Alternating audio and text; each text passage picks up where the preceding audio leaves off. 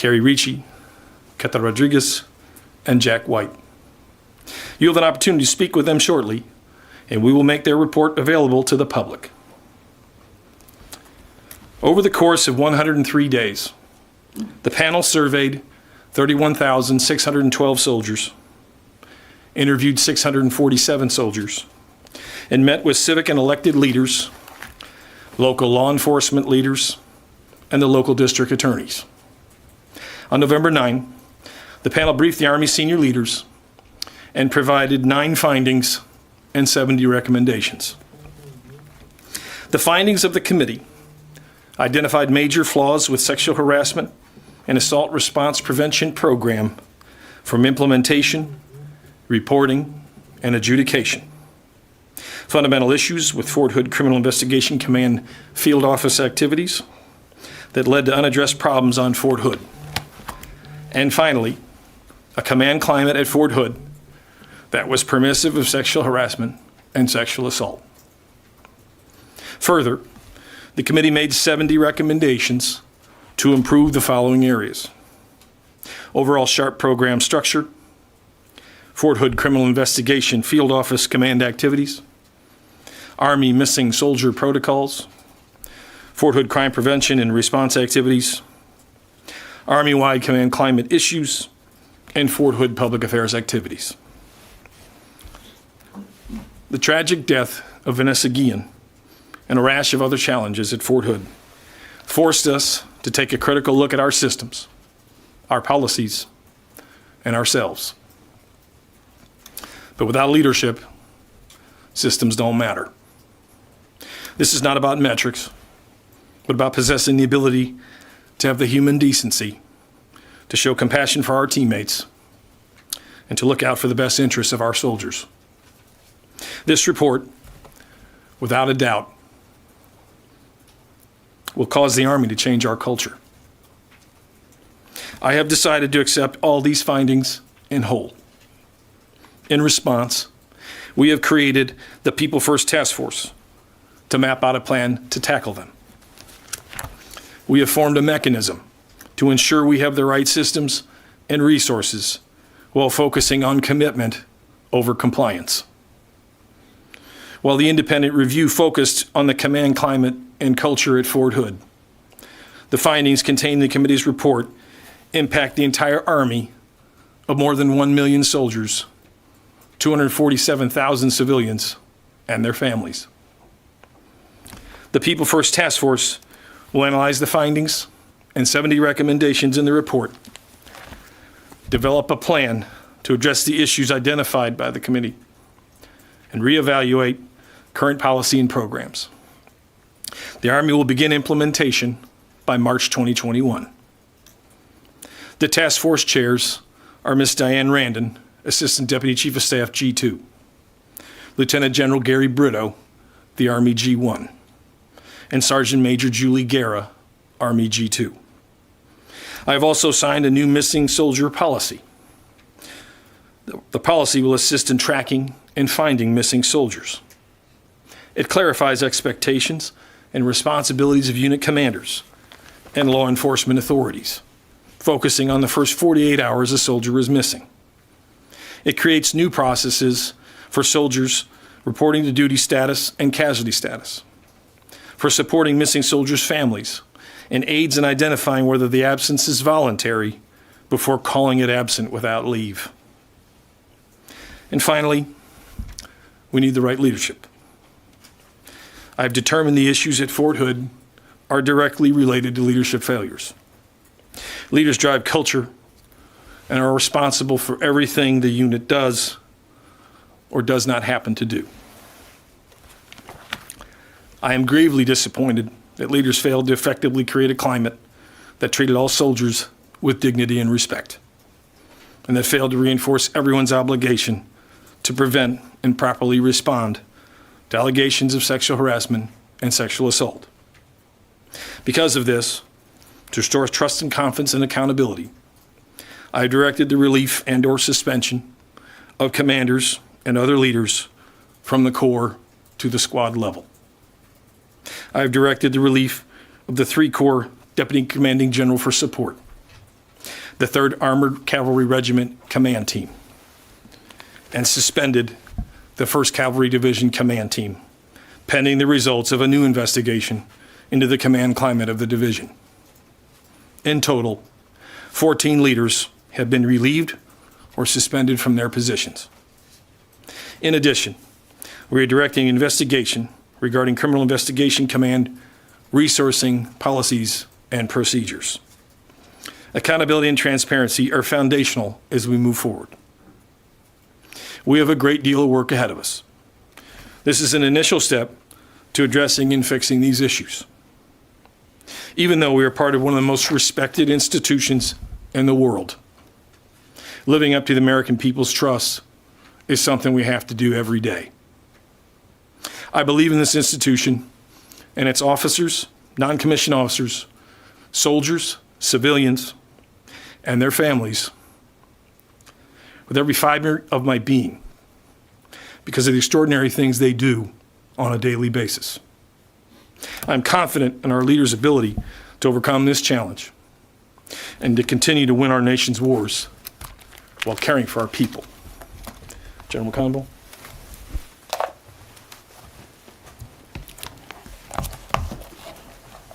Well, good afternoon. We appreciate the work of the Fort Hood Independent Review Committee and the feedback that this report has given us. We own the results. And, you know, we've asked a lot of the Army and of Fort Hood over the last 19 years during continuous deployments to combat. And we know in the Army that we are not perfect. But what makes us the greatest Army in the world is that we recognize where we must change. We acknowledge our issues and we fix them. Prior to coming here, I talked to Mrs. Guillen, Vanessa's mother. And I told her that we're going to fix these issues and change the culture that allowed them to happen. I told her we must and will provide a safe and secure environment for American sons and daughters that serve in the Army. As the Secretary said, we are holding leaders accountable, and we will fix this. Tomorrow, we are briefing the Army senior leaders on this report, and we will ensure it is understood and our plan to move forward will be implemented throughout the Army. We have been trusted to lead the world's greatest soldiers. It is our sacred duty to protect our soldiers so we can defend our nation. That is what we do. Thank you. Lita Baldor, first question.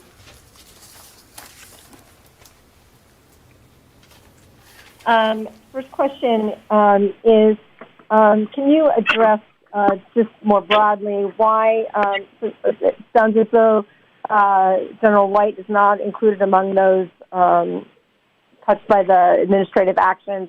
Why not? And then also, how widespread do you believe these problems are beyond Fort Hood? Because you seem to suggest that 19 years of war on this and maybe one of the causational factors. Is that what you are saying? Lita, it's Ryan McCarthy. With respect to General White, he was deployed for 13 months. In our standard practice, I'd like General McConville to comment as well, but General White was deployed for 13 months. Our standard practice is that we delegate a senior mission commander to take the role of running the garrison activities. So in this case, it had been a standard practice that we've used for, I think, over a decade in the formation. With respect to the comments that we both made related to we are concerned that there could be other systemic challenges across the formation. And that's why, to the chief's point, we're going to utilize this report as a means to look at systems and programs and also leadership approaches to how we address these difficult issues. Chief, anything you want to add? Just on General White, I think it's really important. He did a fabulous job in Iraq over the last 13 days, and leadership is about presence. And when you're in Iraq for 13 months, that's why we appoint a general officer to be the senior commander. And as far as other issues, we're about excellence. I said we're not perfect, but we strive for excellence. We need to take a hard look at ourselves. That's why we're the best Army in the world, and that's what we're going to do. We're going to take these results. We're going to make sure that every single leader sees these results. Some will say we reflect society. I don't want to reflect society in these type of issues. I want to make sure that we have a environment where everyone is treated with dignity and respect and everyone takes care of each other, and we expect our leaders to do that, and that's what we're going to do. And we have time for one final question in the room. Louis Martinez.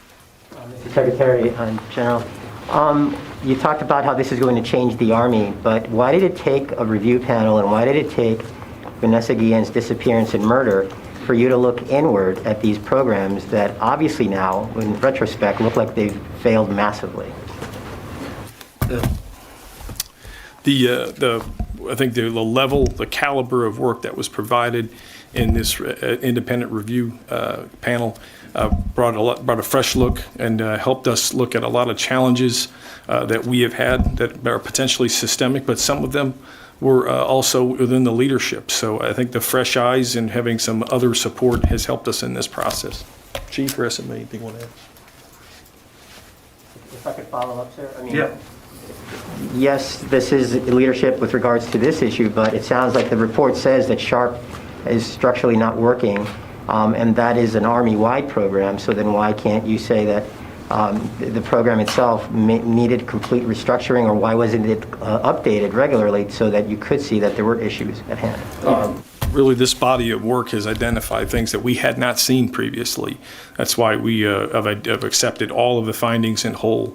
I previously have seen independent panels that have looked at the mishandling of nuclear weapons, or Walter Reed.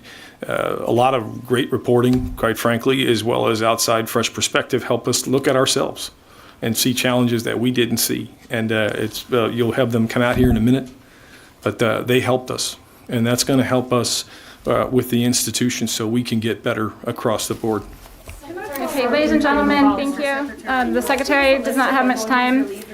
There's a press release that's should be in your inbox now.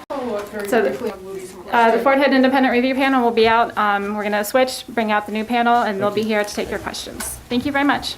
Kathy, the press release has all the names on it. It has the names of the releasable brigade and above. How many is that? That's not all 14? Those are the names that he...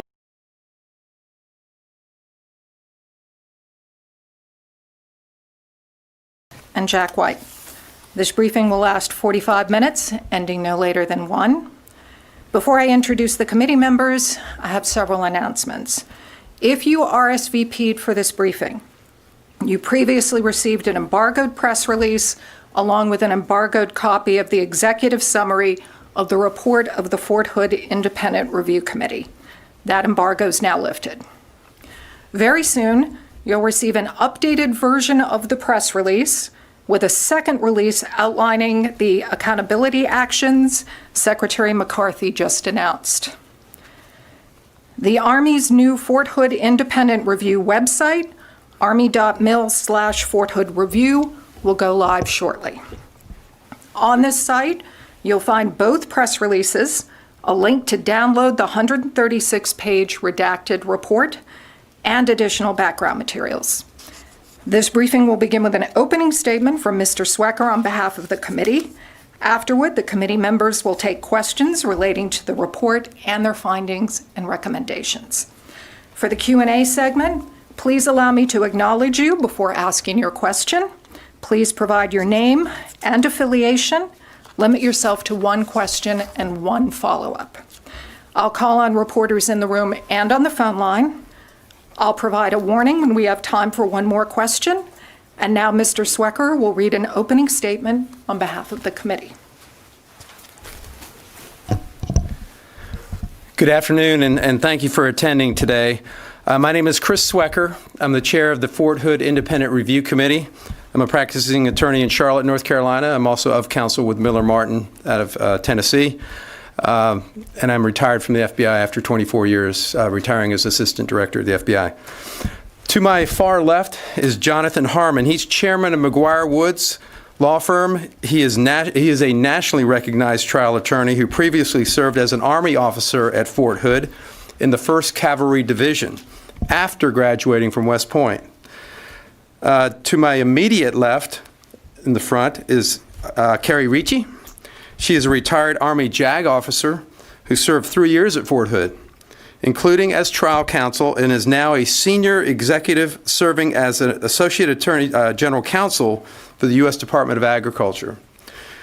Just behind Ms. Ricci is Queta Rodriguez.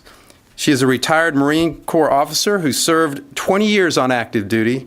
She currently serves as regional director for 4 Block, which is a veteran-serving nonprofit organization. To my right is Jack White. He's a partner at FH&L, a law firm where his practice focuses on government investigations and civil rights claims. He served as a law clerk at the U.S. Supreme Court after graduating from West Point and serving as an armor officer in the active Army and the U.S. Army Reserve. So after that introduction, I'm going to read a very brief statement and turn it back over to Elizabeth. On July 30th, 2020, the Fort Hood Independent Review Committee was chartered by the Secretary of the Army to conduct a comprehensive independent review of the Fort Hood Command climate and culture and assess its impact on the health, safety, and readiness of its soldiers and units, particularly as it related to preventing sexual assault, harassment, crime issues affecting soldiers, and missing soldier protocols. We began our work immediately. The committee members who had never met each other prior to their appointment were tasked to organize themselves, devise a strategy for the review, gather relevant facts, and complete a final report to the Secretary within 90 days. All of the members have day jobs with significant responsibilities. We couldn't cast those aside. However, we accepted this appointment based on our shared belief that an independent body could indeed assess the serious issues at hand and, if necessary, provide a roadmap towards constructive change. Each member of the committee accepted this appointment with the intention and a hope of supporting the mission and well-being of our brave soldiers. The final report was delivered to the Secretary of the Army on November 6th. We briefed the Secretary of the Army and the Army Command on November 18th of this year. Before we go any further, let me emphasize that Secretary McCarthy, Undersecretary McPherson, and Chief of Staff McConville provided us absolute independence to do our job. We were authorized access to every available source of information, and we were provided a full Army staff, including a brigadier general, 2 colonels, several lieutenant colonels, and a master sergeant, each of whom stood ready to support our mission. Although the establishment of an independent committee of civilians to review a U.S. Army command and its actions is not unprecedented, it is extremely rare, and it reflects a sincere desire to identify the issues and address them. The Secretary and Undersecretary also approved and facilitated the addition of 5 former FBI special agents and civilian administrative support to provide much-needed assistance to the team. We visited Fort Hood for 19 days in August and September. We conducted 647 individual interviews. We did 80 group interviews, which encompassed over 1,800 soldiers, and we conducted over 140 specialized interviews of various stakeholders on and off the post. We retrieved and analyzed thousands of pages of documents, commissioned 49 formal research projects, and conducted a survey tailored for this review, which drew over 31,000 responses from the Fort Hood community, representing what we were told is 100% of the targeted audience. The review focused on the period 2018 through 2020. However, if information from the last 5 years was considered if it was deemed relevant to the review. After 3 months of diligent work, the committee issued 9 findings and 70 constructive recommendations. The report leads off with finding number 1, which states that the command at Fort Hood was ineffective in its implementation of the Sexual Harassment, Assault Response and Prevention Program, the SHARP program. This was due to underemphasis of the program outside the 3 Corps headquarters and a failure to culturally integrate the program through the enlisted ranks to where almost 90% of sexual assault victims are found. The committee noted that while the Fort Hood leadership afforded the highest priority to maintaining equipment, conducting field training, and ensuring deployment capability, a series of command elements executed these duties in a manner that was at the expense of the health and safety of all soldiers, but particularly for women at the brigade level and below. This dearth of command emphasis on the SHARP program adversely impacted mission readiness in terms of morale, reenlistments, and recruitments. The committee also found that soldier accountability was not strictly enforced, and there was no missing soldier protocols for first-line supervisors. This resulted in ad hoc responses to soldiers who failed to report and may have been in jeopardy. With respect to the crime issues at Fort Hood, the committee determined that the crime environment within the surrounding cities and counties is commensurate with similar size areas in Texas and around the United States. However, serious crime problems on Fort Hood have gone unaddressed because the installation is in a fully reactive posture. Leaders across a series of commands failed to use best practices in the areas of public safety to develop and execute crime suppression strategies. The committee found that the serious crime problems on the installation at Fort Hood require proactive command action to mitigate. The committee also found that the Fort Hood CID detachment had various inefficiencies that adversely impacted accomplishments of its mission. The committee wishes to thank the Secretary of the Army, the Undersecretary of the Army, and the Army Chief of Staff, and the Army staff that they provided for the strong support they provided to this committee. So I just want to add that we were all fully immersed in all aspects of the review, but each of us had a focus area. So when you ask a question, we may have that person come up to the podium and we'll switch positions. So bear with us as we do the switch. Thank you. Thank you, Mr. Swecker. We'll now take our first question, which goes to Lita Baldor, AP, on the phone. Hi, I had a question earlier, so I'll let someone else ask. Go ahead. Kyle Remfer, Military Times, also on the phone. Hi, thanks for doing this. So we just heard that, 14 senior commanders or 14 commanders there at Fort Hood were relieved or suspended. But how far back do the problems that you guys identified go? Is this something that just developed in the past 12 months, or does this extend, years back here? How long has this been in development? Well, I'm going to refer to the report. We look back as early as 2014.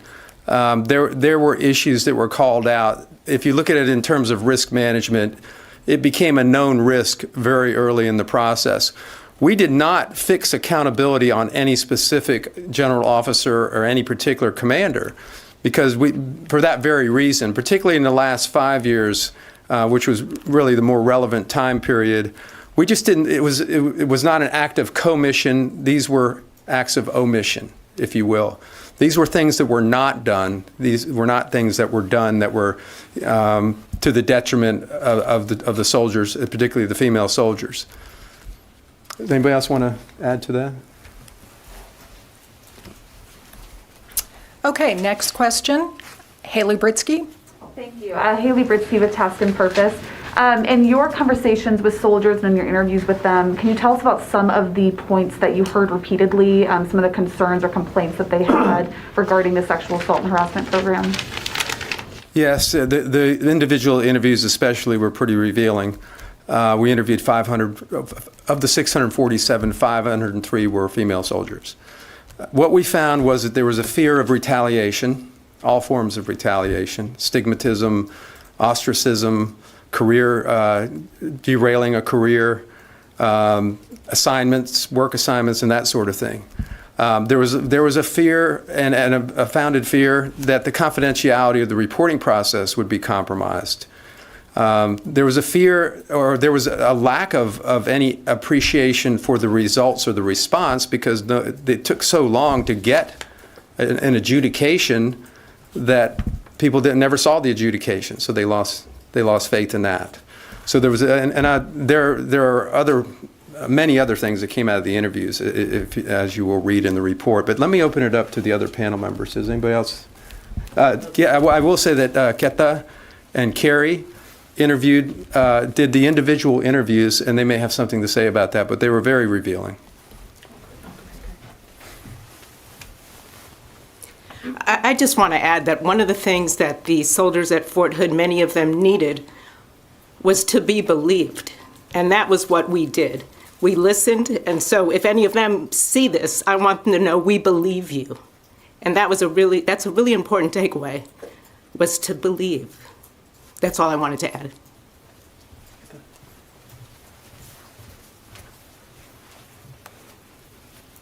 As Mr. Swecker just stated, I spent a bulk of my time during the course of our time at Fort Hood interviewing these individuals. As he mentioned, 503 of the 647 were women. We made a very concerted effort to interview every single woman within specific units, in particular the unit that Vanessa Guillen belonged to. And what we did discover was, which was one of the really shocking elements or parts of the interview period, where the number of unreported sexual harassment and sexual assault incidents. Of the 503 women that we interviewed, we discovered 93 credible accounts of sexual assault. Of those, only 59 were reported. And we also found 217 unreported accounts of sexual harassment. So that's a really significant number. Of those, just over half were reported. And so what we discovered during the course of those interviews is that due to the lack of confidence in the system, that lack of confidence absolutely affects the reporting of those incidents. And obviously, if we're not able to capture those incidents, then it's almost impossible to address that. But again, as Mr. Swecker alluded to, there were other indicators that this was a problem. And so that's something that the report really focused on. And the interview period of all of those individuals really focused on just letting people speak to us. They knew that we were an independent panel. None of us are on active duty, which I think was a very significant in their willingness to speak with us and to just believe, as Ms. Ritchie just said. Okay, thank you. Next question will go to the phone. Jasmine Caldwell, KCN 6, Texas. It's difficult for those of us on the phone. We probably want you to identify yourselves before you speak. Yes, panelists, if you could, committee members, if you could identify yourselves before you speak, that would help the people on the phone. Good reminder, thank you. Jasmine Caldwell, did you have a question? Hi, yes. You were just talking about the reported sexual assault and harassment on Fort Hood. Out of the ones that were reported, were they properly handled? It was all over the place in terms of adjudications. So when you say properly handled, the ones that were reported went through the process. If they were sexual assaults, they went through the Criminal Investigative Division, a detachment there for investigation. If they were harassment, there was an appointed investigating officer out of the brigade where the complaint took place. What we saw were, and this may be an area where Ms. Ricci can address it as well, because she was a former JAG officer and she concentrated in this part of it. We saw a lot of delayed justice, if you will, the old saying, justice delayed, justice denied. The process was so long and drawn out that most people never saw the actual result. So there was no deterrent, or at least there was no visible deterrent. We found that delays were built into the process and nobody was monitoring the life cycle of a sexual assault or sexual harassment complaint. So nobody really knew how long it took. Nobody had the responsibility to track how long it took or different parts of the process. And let me ask Ms. Ricci to come up and address that as well, if you will. Sure. I don't have too much more to add. I will say that at Fort Hood, they have really organized themselves well to prosecute sexual assaults. They're not the easiest cases to try, and they have some expertise. But what we found, as Chris mentioned, was that there are delays in the process that become very troublesome for a victim. Imagine that you're still waiting for justice more than a year later. So I can't really add too much more. It's all in the report, but we did find some areas where improvement could be found. Okay. Yes, go ahead. Yes, I'm Therese Garnier with Newsy. I've followed this issue a lot as far as sexual assaults in the military, and one of the things that I found when I've interviewed different survivors and also former OSI agents were one of the issues was they keep changing those who are investigating it. So you have one person who investigates it and he's like, oh snap, I have to deploy. Let me pass this documentation to someone else. Now they have to pick it up. They're new to it. They don't know the case. And a lot of times that's what's dragging it on. And also a lot of evidence is being lost because of it. So what are you guys, did you recommend ways to fix that issue where you're not having multiple people investigating the same issue and just kind of passing it off from one person to the next? And so the report is very detailed about the criminal investigation divisions and recommendations, and on that, I will have Mr. Swecker continue to talk on that topic because he did a very detailed review. Yes, ma'am. Thank you. So we did indeed look at the whole process. There are different components that have a role. The JAG officers have a role. CID has a role.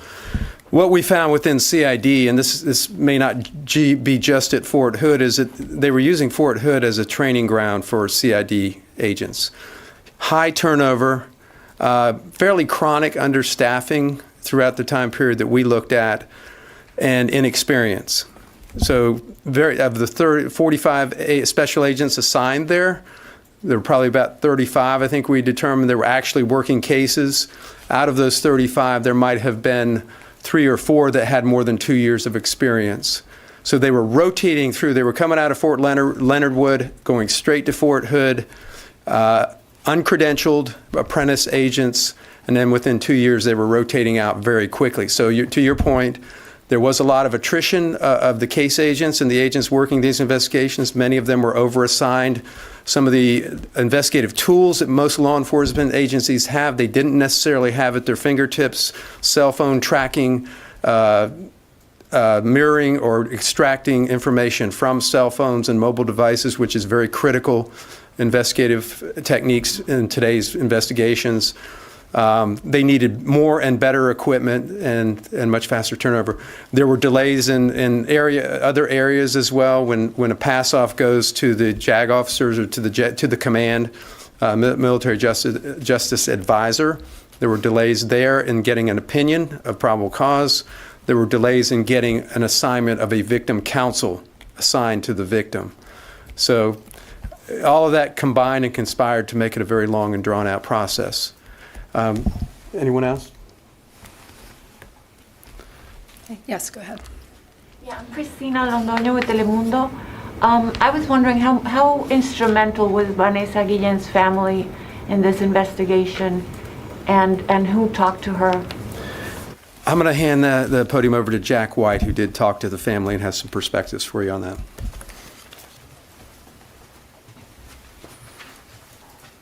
So, this whole committee was precipitated by the unfortunate events with Specialist Guillen. And as we put together our methodology, talking with the family to engage in a two-way communication was important to us at the outset. At the outset, we wanted to communicate to the family that their perspective was important and that something was being done about what they had experienced. But in looking at the culture, we wanted to hear from them about what their experience was when their daughter was missing, when the search was ongoing, what were the interactions with the command. All of that is a component of the culture. So Ms. Ritchie and I sat down with the family, Mrs. Guillen, Mr. Guillen, their daughters, and we talked for hours to understand what their experience was. Indeed, I spoke with Mrs. Guillen as recently as this morning to inform her of what was happening today and to assure her that the conversation that she had with us was meaningful. We learned a lot about their experience, and whatever we learned is reflected in the report and will not be lost. Were they happy with the recommendations that are coming through? Do they feel that it made an impact? Because that's what they were fighting for this whole time. I do not want to speak for them. I walked away from my conversation with Mrs. Guillen this morning believing that she is pleased that there is progress being made. I do not believe that she has had the benefit, that the family has had the benefit of reviewing the report and our findings and recommendations yet. Okay. Next question will go to the phone. Matt Cox, military.com. Do you have a question? Yes, hi. Thank you for doing this. I did have a question about, your findings on the Fort Hood Criminal Investigation Detachment. One of the big things of this was that the Guillen family, said that Vanessa Guillen, said she was told them that she was the victim of sexual harassment and possibly assault. And CID was very adamant that, we found no evidence of that. There was, we found no credible evidence of anything like that. Are you saying that that's, a flawed finding, and that, was there any evidence or, that you found, or can you speak to that as far as what that says, what these findings about the CID detachment say to that, that of whether there was evidence that maybe had been overlooked? Does that make sense? That is the subject of a separate Army investigation, which is going very deep into that area. I don't want to step on that investigation. I will say this. There is a misunderstanding on one part of that. CID did not find any evidence that Specialist Robinson sexually harassed Vanessa Guillen. And I'll leave it at that. Because we looked at the Guillen case as a case study in terms of the overall broader topic that we were looking at and the subjects that we were looking at. But once the separate investigation was announced, we are not the investigating body for the issues involving the potential sexual harassment or any other issues involving Vanessa Guillen inside her unit. I'm not dodging this question. It's just it's an ongoing thing, and we don't want to taint that investigation in any way. Okay. Courtney? Courtney Kibbe with NBC News. I have just two follow-ons. Ma'am, you mentioned a bunch of numbers about 503 accounts, and I'm wondering if you could just clarify them, because you said there were 217 unreported accounts of sexual harassment. Is that correct? But then you also said that about half of them had been reported. Can you just run through those numbers again, do you mind? Yes, during the course of our interviews, it was 647 individual interviews. That included both men and women, but there were 503 women that were interviewed. Of those, we discovered 93 credible accounts of sexual assault. And again, those were just individuals, soldiers who were telling us that this had happened to them. Of those, 59, when we asked the question, which was part of the interview, did you report this or was it reported? The answer was no. Was yes, 59 of those. That was the extent of those. For sexual harassment, we discovered 217 credible accounts of sexual harassment. Of those, and I'll give you that specific number that were actually reported. For those of you on the phone, this is Ms. Rodriguez speaking. Yep. And all of these numbers, these specific numbers are included in the report. I think it was 135. There were, no, it was, I apologize, I don't know the number. It is in the report, yes. Those specific numbers are actually called out in the report. And then, Ms. Ricci, can I just get you to expand a little bit on what you meant when you said that people just wanted to be believed? Were women not coming forward with reporting incidents and not being believed, and that was a lot of what you heard?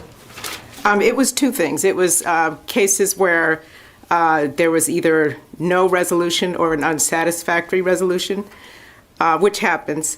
And once it happens with one soldier, every soldier in the unit learns of what's happening.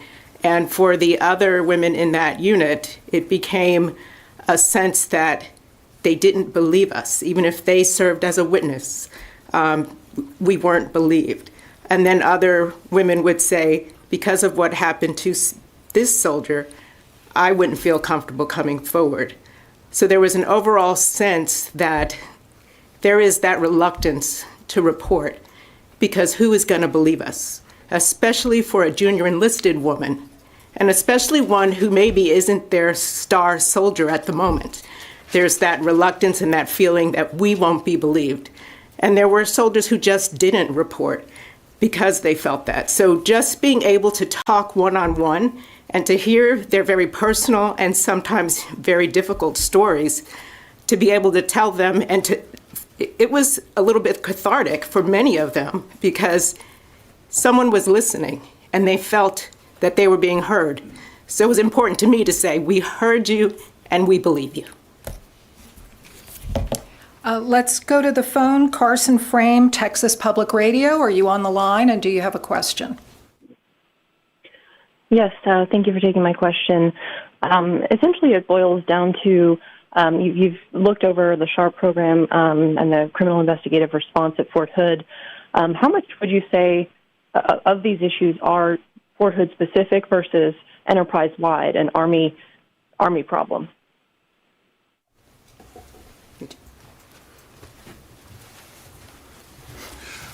This is Jack White. I'll start here. I'm sure that Mr. Swecker will follow me. I want to start with our charter. Our charter was to look at Fort Hood, and that is what we did. But we are not oblivious to the fact that, this is one Army, and Fort Hood is potentially emblematic of other things going on in the Army. SHARP is an Army-wide program. So some of our observations, while we saw them at Fort Hood, may very well be similar at other installations. A great number of our recommendations are Fort Hood specific, because that's where we were on the ground.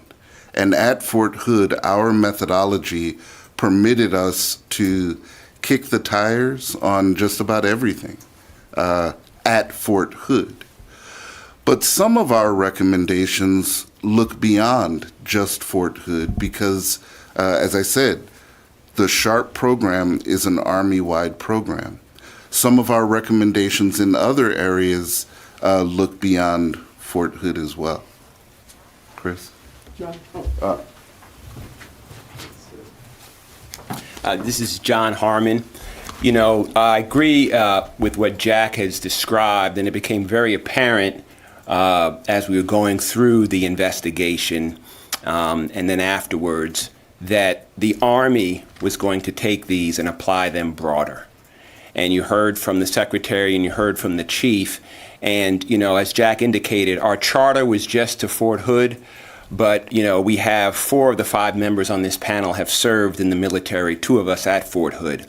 And so we know what it's like. And so we were very pleased to hear from the Secretary and the Chief about using this Army-wide. So again, our charter was focused solely on Fort Hood, but as Jack articulated, and as, again, the Secretary and the Chief have said, they're going to use this to make Army-wide changes, which we applaud. And just to add to that, those 49 research projects that we commissioned went deep, and they made comparisons to other installations across the Army. So we weren't, as was mentioned, we weren't oblivious to what was going on at other installations around the Army. We made a lot of comparisons to how things were going at other installations, and we also heard stories from soldiers who had served at other installations. So we did note, however, that in many cases Fort Hood was an outlier in things like AWOL, suicides, and other issues in comparison to some of these other installations. So Fort Hood was enough of an outlier that we felt like we really, really had to concentrate on what we had in front of us. Sir? Hi, LPD with the Univision. We're talking about 70 recommendations, and Secretary McCarthy said that he's going to take all of them. I would like to know what the role of this panel will be moving forward for accountability purposes to make sure those changes are implemented. So the People's First Task Force has been established. One of the colonels that we worked with very closely and supported us is the Chief of Staff for that task force. We'll be in touch with him, and he'll be in touch with us. And we will be, in some sense, not overseeing it directly, but we'll be watching the implementation of these 70 recommendations. We didn't expect, nor did we ever think that all 70 recommendations would be accepted. So that's a bit of a surprise, but I think it reflects a willingness on the part of the Secretary, the Undersecretary, and the Chief of Staff to fix things. It was a risk to bring an independent review committee in. We recognize that. We could have gone anywhere and done anything. And we wanted to do this right, and we wanted to do this fairly. And we're very happy with the way the Army has accepted these recommendations as going forward. Next question on the phone, Alex Horton, Washington Post. Did you have a question? Yes, I did. Thank you. You guys have spent some time focused on sexual harassment and assault. I was curious if you were looking at other kinds of violence at Fort Hood to include, other murders, other high-profile incidences, including those, who disappeared and were later found dead. And I was curious, what you have found in terms of Army culture, of how, the brand of AWOL and the brand of, going missing contributed to a lack of interest in finding them. Yes, I mean, that was a big focus of the review and the report.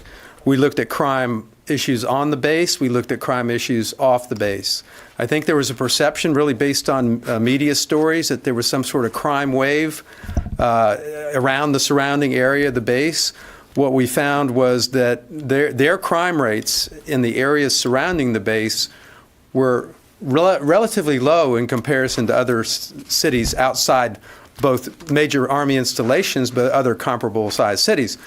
That's not to say that there weren't soldier victims off the base and soldier subjects off the base, because there's a large population of active duty soldiers living off base, retired soldiers, separated soldiers and their families. So you're going to find victims off the base. But what we found really was that on the base, there were some hot crime areas that were relatively high: violent felonies, sexual assaults, sex crimes, drugs. Positive drug tests were the highest in the Army.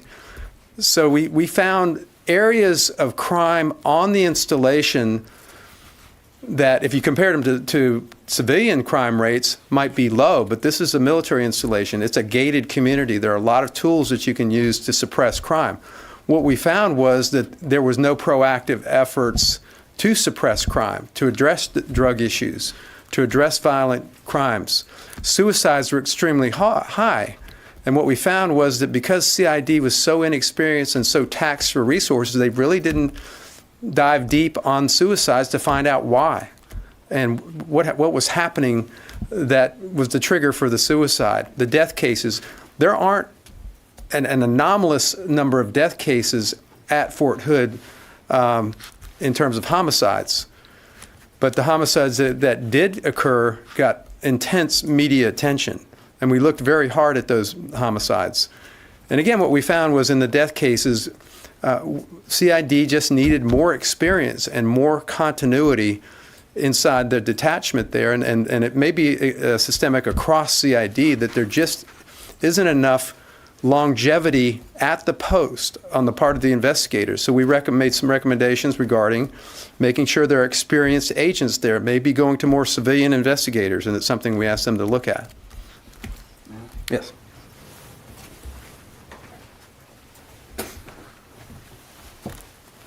Yeah, this is Jack White, and Chris is speaking to some very valuable information on specific criminal, the viewpoint from a criminal perspective. But something else that we did here is we looked at what is it that leads a soldier to behave in this type of manner? And in the process of looking at that, we looked, one of the things that the report contains is looking at the other armed services, what they do well that might be able to be incorporated within what we do in the Army, or what the Army does. And one of the things that we found is that one of the other services looks at the qualities in service members that lead them to violence, the kind of violence that we don't want in uniformed personnel. And that fits, that type of structure would fit well into an Army structure that looks at the whole soldier concept, the 21st century soldier. So we are looking at the criminal component, but we're also looking at making soldiers more respectful of the contributions of other soldiers within their formation. And some of the other services do that well, and there are some aspects of what they do that we can bring into what we do in the Army. Okay, question in the room, Mr. Glenn? Yeah, hi, Mike Glenn with the Washington Times. It's one thing about to relieve for a bunch of colonels in general to be relieved. Is there anything in the report about sort of emphasizing the responsibility of the first line supervisors, the ones who actually know something's happening, the squad leaders, platoon sergeants, platoon leaders, or because I mean they're the ones who will know something's going on before a division commander will ever learn. Okay, I'll start there. This is Jack White again. The answer is yes. But let me take your question a little bit broader. Our mandate was not focused on attribution. And we are very clear that the problems that we saw are cultural. And everybody is involved in culture, from the highest levels to the one-on-one interaction between the squad leader and his or her squad member. We address all of it without attribution because accountability in that way was not our mandate. That said, yes, we focus on the importance of first-line leaders knowing their soldiers and knowing where they are. Indeed, part of what the DoD is focused on in this whole movement toward violence prevention and looking at the whole soldier is just that, those person-to-person interactions. And we address that in our report as well. Thank you. Let's go to the phone. David Bryant, Killeen Daily Herald. Are you on the phone? Do you have a question? Yes. Yes, this is Dave Bryant of Killeen Daily Herald, and thank you for taking my question. Basically what I'm wondering is, have y'all made any recommendations to ensure that the lower level units, such as your squads, platoons, and companies, actually comply with the recommendations that y'all have made? Violence prevention and looking at the whole soldier is just that. Well, I'll let you. Actually, John, you want to address this one? Sure. So this, I view this as kind of tying in with the question you asked a little bit about the first line leaders. And when you have a chance to review the report in detail, you'll see, as Jack said and as Chris has said, there are a lot of details in there that go to the squad leader and the platoon sergeant. In this sense, when we were doing our interviews, both individually and from a group perspective, one of the things we heard over and over and over again from platoon sergeants and squad leaders was that they did not have the time to really get to know their soldiers. And for those of us who had served in the military before, it was very, very shocking, because we grew up in a time when the platoon sergeants and the squad leaders had sergeant time. and they knew where their soldiers were, they knew their strengths, they knew about their families, and we heard that very, very frequently.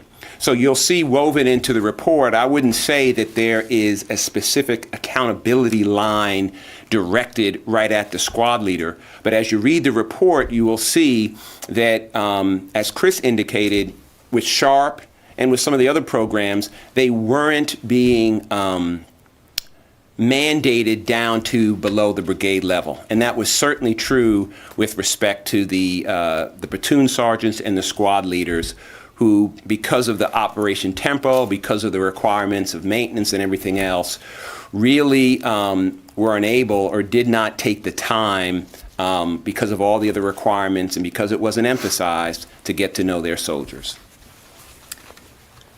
Okay. And I will say, just to add, I think that the Secretary and General McConville are very much on this topic. They've taken some steps already. They took some steps even after the interim briefing to re-emphasize the role of the NCOs and non-commissioned officers, the first-line supervisors, in getting to know their soldiers. So if they happen to not report one day, they know exactly where to go to look for them because they know them well enough and they know what's going on in their lives.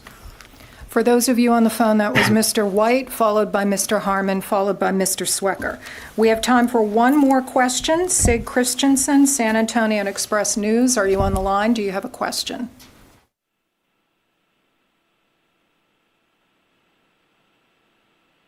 No. Steve Campion, ABC 13 Houston. Are you on the line? Do you have a question? Yes, Steve Campion here with ABC 13 in Houston. We've spoken to a lot of the families of missing soldiers there at the base, including Vanessa's here in Houston, and I wanted to see if you might be able to address this.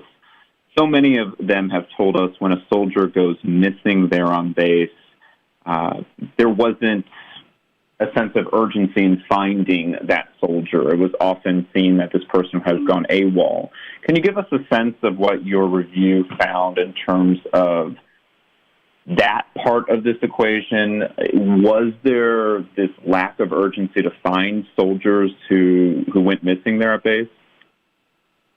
There were two things that we think really impacted that missing soldier failure to report dynamic. One was from what we saw, and actually the Guillen case as a case study is an example of it, the accountability for soldiers at the first muster or the various musters during the day had slipped, particularly during COVID.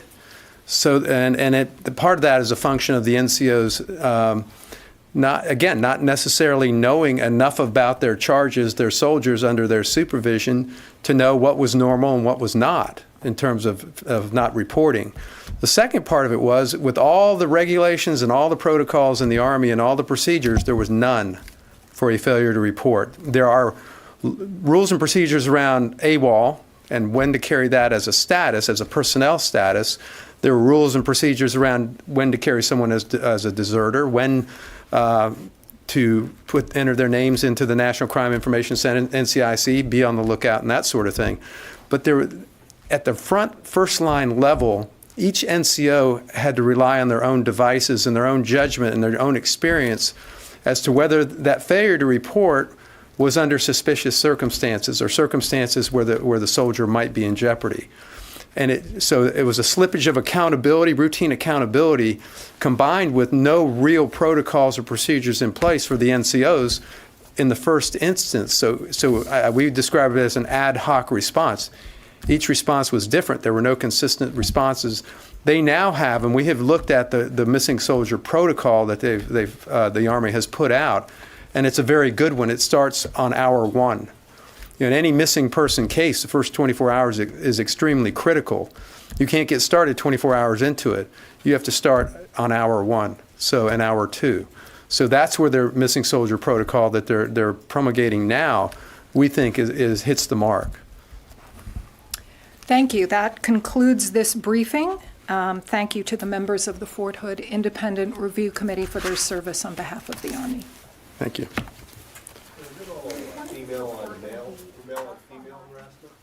Male on female harassment, or is there other type of harassment? It should be Mostly male on female. Mostly male? Mostly male. But, okay, thank you.